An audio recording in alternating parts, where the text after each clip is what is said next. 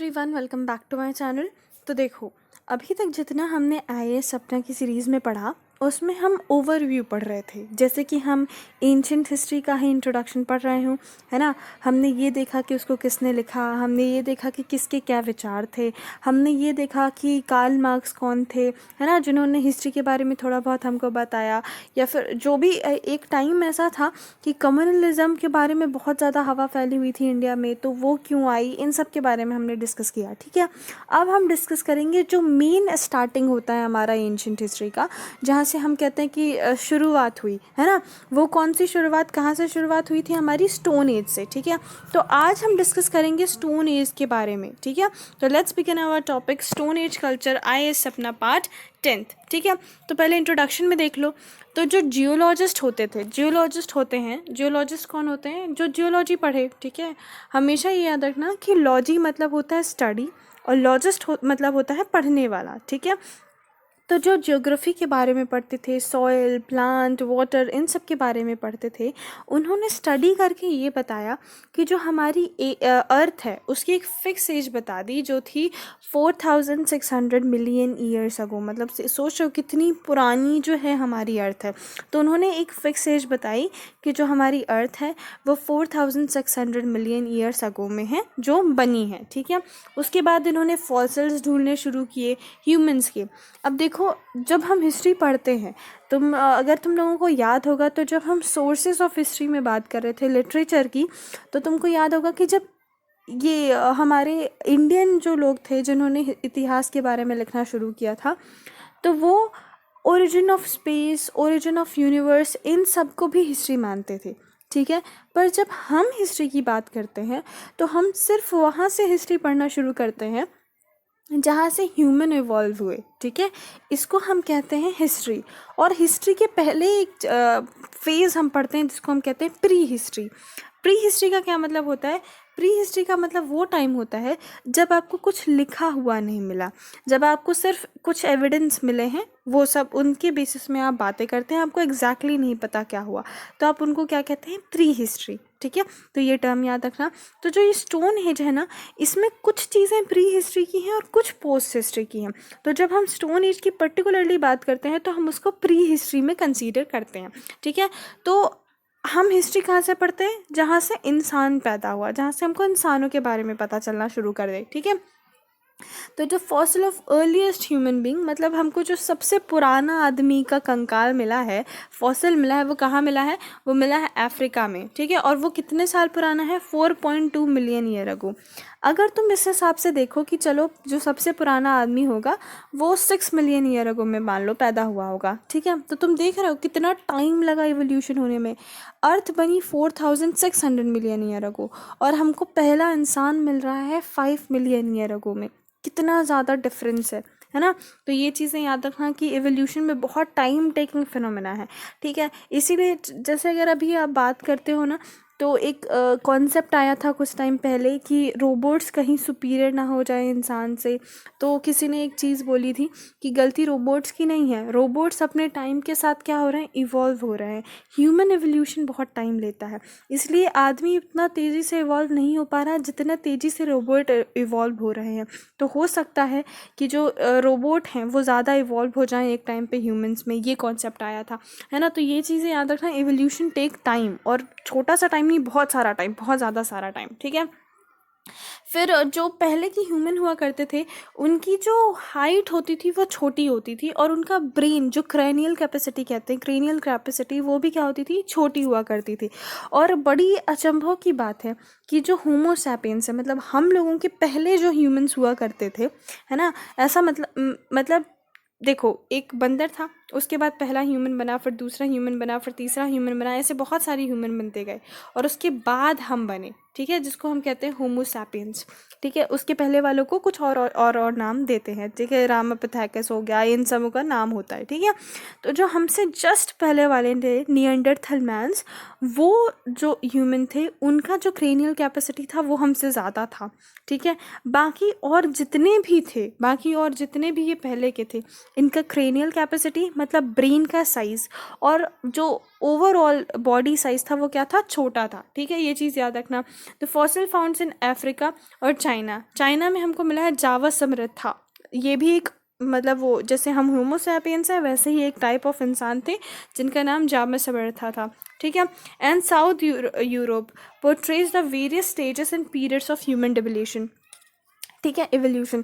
इससे क्या समझ में आया, अलग अलग जगह पे हमको अलग अलग टाइप का इंसान मिला है। ठीक है, जैसे मान लो कोई ऐसा मिल गया जैसे ये स्टेज 1 है, ठीक है, तो कहीं हमको स्टेज 1 का मिला, कहीं हमको स्टेज 3 का मिला, कहीं हमको स्टेज 5 का मिला, कहीं हमको स्टेज 2 का मिला। ठीक है, तो अलग अलग स्टेजेस के ह्यूमन हमको अलग अलग जगह पे मिले हैं, जिससे हमको क्या समझ में आता है कि ह्यूमन सिर्फ एक स्टेज से डायरेक्टली इस स्टेज में नहीं आया। ऐसा नहीं हुआ कि जो पहला ह्यूमन पैदा हुआ वो हमारे जैसा दिखता था, नहीं, बहुत सारी चेंजेस आते गए। एक ऐसा आदमी था जिसको हमारे जो पहले जितने भी तरीके के इंसान थे उनको होमोइड्स कहते थे। होमिड्स का मतलब क्या होता है, ह्यूमन लाइक स्ट्रक्चर, वो इंसानों जैसे थे, इंसान नहीं कह सकते उनको। ठीक है, तो अलग अलग फेस के ह्यूमोइड्स हमको ह्यूमन जैसे स्ट्रक्चर अलग अलग जगह पे मिले। इंडिया में सिर्फ एक मिला है, हाथ नारव, जो कहाँ मिला है, नर्मदा वैली के पास। ठीक है, फिर अर्लीस्ट पैलियोलिथिक टूल्स, मतलब पैलियोलिथिक टूल्स, लिथिक का क्या मतलब होता है, लिथिक का मतलब होता है पत्थर। ठीक है, तो पैलियोलिथिक का मतलब जो पहले के पत्थर होते थे वो हमको टूल्स जो मिले हैं उनके बारे में हम डिस्कस करेंगे।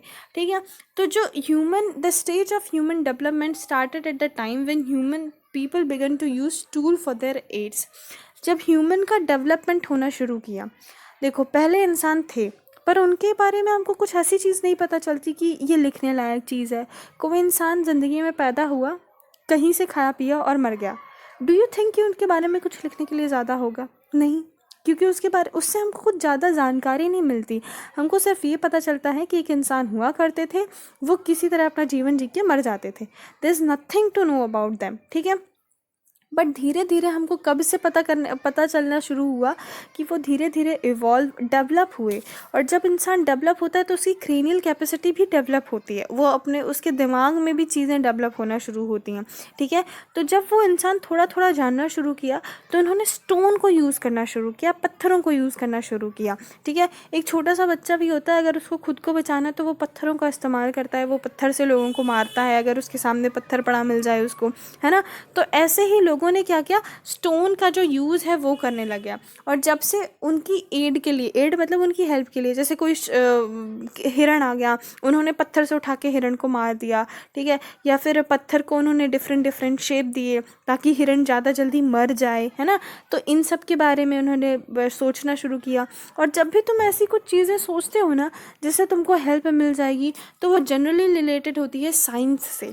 ठीक है, जैसे मान लो कि अगर मैंने सोचा कि मुझे गर्मी लग रही है, मैं पंखा चला देती हूँ, तो मैंने पंखा चला दिया। या फिर मेरे पास अगर नहीं था पंखा इलेक्ट्रिसिटी वाला, तो अगर आपको याद हो तो गांव में कैसे पंखे हुए करते थे, ऐसे होता था, इसके नीचे पे एक रोलर जैसा लगा होता था, उसको हम पकड़ते थे तो ये खुद ही घूमने लगता था, उसको हम घुमाते थे। ठीक है, तो ये जब हमने बनाया तो भी हमने क्या किया, हमने तब भी साइंस का यूज़ किया। तो जब भी आप कुछ ऐसा चीज़ करते हो जिससे आपको हेल्प मिलती है, जो आपका काम आसान बना देती है, तो वो क्या, हम उस टाइम पे क्या यूज़ कर रहे होते हैं, एक्चुअली में साइंस यूज़ कर रहे होते हैं। तो जब ये स्टोन एज का स्टार्टिंग हुआ तब से हमको साइंस के बारे में पता चलता है कि लोगों ने थोड़ा बहुत साइंटिफिक होना शुरू हुए, लोग थोड़ा बहुत इधर उधर चीज़ें देखने लग गए कि हम किसको कैसे यूज़ कर सकते हैं। ठीक है, फिर 2.6 million years ago human being in to start the regular use of tools in the Africa. ठीक है, इन ईस्ट अफ्रीका। अब 2.6, अब देखो पहला इंसान का हमको कब मिला, 4.5 मिलियन ईयर अगो। फिर ऐसा कब से पता चला कि लोग टूल का इस्तेमाल ज़्यादातर करने लगे, वो हमको पता चला 2.6 मिलियन ईयर अगो। अब देखो इन दोनों चीज़ों में डिफरेंस क्या है। ऐसे नहीं है कि 2.6 मिलियन ईयर अगो में सब ने अचानक से पत्थर उठा लिए होंगे, ऐसा नहीं होता। जैसे जब फ़ोन आया, टेलीफोन या फिर मोबाइल फ़ोन की तुम बात कर लो, अचानक से पूरे भारत में नहीं फैला, धीरे धीरे 5-10 साल में सबके पास अब फ़ोन है। तुम किसी के पास भी देख लो, कितना भी गरीब इंसान हो उसके पास उसके फैमिली में एक फ़ोन तो होता ही है। पहले क्या होता था, बहुत ही अमीर इंसान हो तो पूरे गांव में एक फ़ोन हुआ करता था, है ना। तो ऐसे ही क्या हुआ, स्टार्टिंग में किसी ने शुरू किया होगा, धीरे धीरे 2.6 मिलियन ईयर अगो अगर तुम देखते हो तो उस टाइम पे वाइड यूज़ ऑफ स्टोन्स मिलने लगे। सब लोग स्टोन का यूज़ करने लगे। इसका मतलब क्या है, सबको समझ में आने लग गया ऑलमोस्ट कि स्टोन का यूज़ कैसे किया जा सकता है। इंडोनेशिया में हमको बहुत सारे ह्यूमन लाइक फिगर्स मिले। ह्यूमन्स का मतलब क्या होता है, ह्यूमन लाइक फिगर्स, HLF, ठीक है। और ये रीसेंट के हैं, मतलब ये 1.8 मिलियन ईयर अगो के हैं। जो सबसे पुराना आदमी हमको मिला, जो सबसे इवॉल्व आदमी का हमको स्केलेटन मिला है, वो 1.8 मिलियन ईयर अगो का है। चाइना में जो हमको मिला है फॉसिल, वो स्टोन से रिलेटेड, स्टोन टूल से रिलेटेड, वो कब मिला है, 1.9 मिलियन ईयर अगो का मिला है, ठीक है। फिर जो इंडिया में कोई भी ऐसा ह्यूमन फॉसिल नहीं मिला है अभी तक जो स्टोन एज से एसोसिएट कर सकें हम कि ये स्टोन एज का आदमी है, ऐसा फॉसिल हमको नहीं मिला है। बट जो शिवालिक हिल्स हैं वहाँ पे हमको बहुत सारे जो कहते हैं स्टोन टूल्स हैं वो मिले हैं, ठीक है। ये हमको स्टोन टूल्स मिले हैं। स्टोन ह्यूमन का, स्टोन एज के ह्यूमन का कोई फॉसिल नहीं मिला है। अब आर्कियोलॉजिस्ट साइट है भोरी इन पुणे, ठीक है, महाराष्ट्र में है। It is about 1.38 million year old, ठीक है। It is a scientific record for the early stone tools in India. वहाँ पे हमको 1.38 मिलियन ईयर अगो के हमको स्टोन टूल्स मिले हैं। इंसान नहीं मिला है, क्या मिला है, टूल्स मिले हैं। ये चीज़ याद रखना, हमको पत्थर मिले हैं, इंसान नहीं मिला वहाँ पे, ठीक है। द अर्ली, जो ये अर्ली सेटलमेंट्स थे, जो हमको ये अर्ली पत्थर उत्थर मिले हैं, ये सब हमारे किसके रिस्पेक्ट में मिले हैं, एशिया के रिस्पेक्ट में। मतलब जैसे ये एशिया, पूरा एशिया है और ये इंडिया है, ठीक है। तो इंडिया में उसी टाइम का एवोल्यूशन मिला है जिस टाइम पे एशिया का मिला है, ठीक है। और लेकिन एशिया से पहले का हमको कहाँ मिला है, अफ्रीका में। मतलब पहले हमको जो आदमी मिला है, जो आदमी मिला है, वो हमको अफ्रीका में मिला है। इंडिया में भी आदमियों के फॉसिल मिले हैं, ठीक है, और एशिया में भी मिले हैं। तो एशिया और इंडिया के जो फॉसिल्स हैं वो ऑलमोस्ट सेम टाइम के हैं, पर अफ्रीका के जो फॉसिल्स हैं वो कब के हैं, पहले के हैं। अब पैलियोलिथिक कल्चर के बारे में एक चीज़ ये जान लो कि पैलियोलिथिक कल्चर डिवाइडेड है 3 चीज़ों में। पहला लोअर, दूसरा मिडिल और तीसरा अपर। जो लोअर है उसमें मतलब वो सबसे पुराना अगर तुम बात करते हो तो उसको आप लोअर रखते हो, फिर उसके बाद मिडिल, और उसके बाद अगर जब सबसे रिसेंट की बात करते हो तो आप किसकी बात करते हो, अपर। जैसे मान लो अगर मैं 2017 की बात करूँ तो वो हो जाएगा लोअर, 2018 की बात करूँ तो वो क्या हो जाएगा, मिडिल, और 2020 की बात करूँ तो वो क्या हो जाएगा, अपर पैलियोलिथिक, ठीक है। इस टाइम पे हम हैंड एक्स मतलब कुल्हाड़ी की बातें करते थे, और वो एक चाकू होता है ना बहुत बड़ा सा, जिसका ऐसे हेड होता है और बहुत छोटा सा पकड़ने के लिए होता है। जब ये इस तरीके के औजार हमको मिले हैं तो उस टाइम को हम कहते हैं लोअर पैलियोलिथिक। उस टाइम पे हमको ऐसे औजार मिले हैं। मिडिल में क्या होता है, फ्लेक्स थे, मतलब पत्थर ऐसा होता था, पत्थर को शार्प करके बनाया जाता था, उस तरह के औजार मिले हैं। और अपर में हमको क्या मिले हैं, ब्लेड जैसे मिले हैं, फ्लैक्स मिले हैं। इससे तुमको क्या समझ में आता है, देखो तुम कॉम्प्लेक्स चीज़ें जो होती हैं ना उसको बनाना इजी होता है। जैसे तुम कंप्यूटर देख लो, जब स्टार्टिंग में कंप्यूटर बने थे तो उनका साइज़ बहुत बड़ा था, वो बहुत सारी इलेक्ट्रिसिटी लेते थे और बहुत सारी हीट प्रोड्यूस करते थे, जिससे बहुत सारा डैमेज होता था। धीरे धीरे साइज़ क्या होता गया, छोटा होता गया। तो जब भी तुमको पता करना हो ना कि सबसे पहले क्या आया होगा, ज़्यादातर देखना जो चीज़ें सबसे पहले आती हैं ना उनका साइज़ बड़ा होता है। जैसे तुम पहले का वो रिकॉर्डर देख रहे हो, जो रेडियो होता था उसमें इतना बड़ा सा एक भोपू जैसा लगा होता था, ठीक है, तो वो उसका साइज़ बड़ा होता था। अब के रेडियो देख लो, एकदम छोटे छोटे से रेडियोज़ होते हैं। अब तो तुम्हारे फ़ोन में ही रेडियो होता है ना, तो उसकी ज़रूरत ही नहीं पड़ती। तुम टेलीफोन्स देख लो, पहले टेलीफोन्स हुआ करते थे, फिर जो फ़ोन आए वो भी बहुत बड़े बड़े होते थे। अभी भी फ़ोन बड़े होते हैं तुम लेना चाहो तो, बट तुम छोटा फ़ोन भी अब ले सकते हो, तुम्हारे पास वो भी है कि तुम बहुत छोटा फ़ोन भी यूज़ कर सकते हो। बहुत सारी चीज़ें ऐसी हैं। कंप्यूटर तो तुमको मैंने बता ही दिया। तो जब बड़े चीज़ें होते हैं ना उनको आविष्कार करना ईजी होता है, बट धीरे धीरे हम उनका साइज़ रिड्यूस करते जाते हैं। क्यों? ताकि वो हैंडी हो सके। अब तुम हर पूरे दिन उतना बड़ा कुल्हाड़ी लेके घूमो, उससे अच्छा छोटा सा पत्थर लेके घूमो, है ना। तो ये क्या आ गया, एवोल्यूशन की बात हो गई। ये पैलियोलिथिक साइट्स हैं, आप गूगल पे इसको सर्च करना, पैलियोलिथिक साइट्स इन इंडिया, आपको ये डायग्राम मिल जाएगा। थोड़ा सा ढूंढना, इसको याद कर लेना। इसमें बहुत सारी जगह के बारे में लिखा हुआ है और क्लासिफाइड भी है कि अपर वाली साइट कौन सी है। कभी कभी साइट्स के क्वेश्चन आ जाते हैं कि ये वाली साइट कहाँ थी, है ना, भोरी कहाँ था, इन सब के बारे में पूछ लेता है, तो याद रखना। अब हम स्टार्ट करते हैं लोअर से। ये 60,000 BC के अराउंड जो है वो टाइम माना जाता है। इसमें जो मेन टाइप ऑफ टूल थे वो तो आपको पता है, कुल्हाड़ी थे और वो क्लेव्स थे, क्लीवर्स था। फिर उसके बाद दे वर कॉपर चॉपिंग टूल्स, कॉपर से बने हुए टूल्स थे, ठीक है। और ये कोर से और एज वेल एज फ्लेक्स से बने होते थे। रॉ मटेरियल कौन कौन सा यूज़ होता था, बहुत सारे टाइप ऑफ स्टोन यूज़ होते थे और थोड़ा बहुत लकड़ी का यूज़ किया जाता था, ठीक है। इस टाइम पे हमको 3 तरीके की साइट मिलती हैं, 4 तरीके की साइट्स मिलती हैं। बेसिकली 3 है, वो एक तो कॉमन साइट तुम कह सकते हो। 3 सी कौन होती हैं? एक होती थी हैबिटेशन साइट। हैबिटेशन साइट मतलब जहाँ पे लोग रहा करते थे। लोग कैसी जगह पे रहेंगे? ऐसी जगह पे जहाँ गुफा हो ताकि उनके ऊपर छत बना रहे, और ऐसी जगह पे जहाँ पानी हो ताकि लोग वहाँ पानी पी सके, वहाँ रह सकें। फिर दूसरा आता था फैक्ट्री साइट। फैक्ट्री साइट का क्या मतलब होता था? लोग ऐसी जगह चुनते थे जहाँ पे पत्थर अच्छे हों ताकि वहाँ पे लोग अपना जो औजार है, जो उनका पत्थर का टूल है, वो बना सकें, वेपन बना सकें, ठीक है। तो उसको हम कहते थे फैक्ट्री साइड। वो कहाँ होता होगा? वो जहाँ पे पत्थर अच्छे मिलते होंगे। फिर तीसरा आता है हैबिटाट कम फैक्ट्री साइड, या फिर फैक्ट्री कम हैबिटाट साइड। इसका मतलब क्या होता है? ऐसी जगह जहाँ पे पत्थर भी अच्छे मिल रहे थे, पानी भी अच्छा था, तो लोग वहीं रहते थे, वहीं पत्थर के औजार बनाते थे, वहीं अपना काम करते थे, रहते थे, ठीक है। जैसे कि सिटी, ठीक है। सिटी में क्या होता है? हैबिटाट साइड, वहाँ पे हैबिटेशन होता है, वहाँ लोग रहते हैं। फिर दूसरा क्या होता है? फैक्ट्री साइड, जहाँ पे लोग काम करने जाते हैं।